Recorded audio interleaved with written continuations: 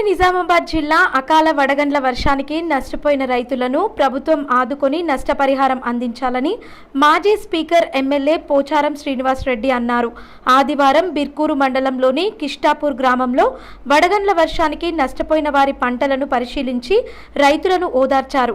ఈ సందర్భంగా ఆయన మాట్లాడుతూ రైతుల సమస్యలను జిల్లా కలెక్టర్ దృష్టికి తీసుకెళ్లినట్టు అధికారులు సర్వే చేయించి నష్టపోయిన రైతులను గుర్తించాలన్నారు. వారి బాధను అర్థం చేసుకోగలుగుతున్నాం. ఇప్పుడు వెంటనే కలెక్టర్ గారితో కూడా మాట్లాడాను, అగ్రికల్చర్ అధికారులతో కూడా మాట్లాడాను, ఏడీ గారితో. వెంటనే సర్వే చేయించి పోయిన నష్టం మనం ఇవ్వలేం, కానీ కొంత వారికి ఊరడగలిగే విధంగా ప్రభుత్వం పంట నష్టపరిహారాన్ని ఇవ్వాలని కలెక్టర్ గారి ద్వారా ప్రతిపాదనలు ప్రభుత్వాన్ని పంపమని అడిగాం.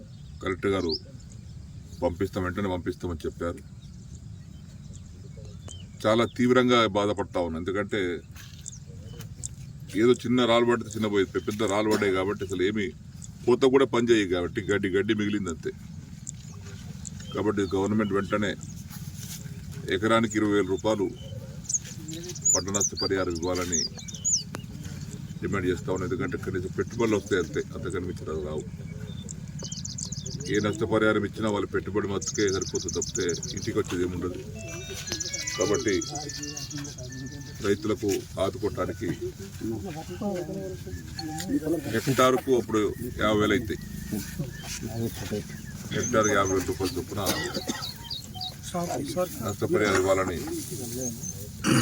ప్రభుత్వాన్ని డిమాండ్ చేస్తూ ఉన్నాం. వెంటనే ప్రభుత్వం కూడా స్పందించి రైతును ఆదుకోవాలని చెప్పేసి కూడా కోరుతా ఉన్నాం.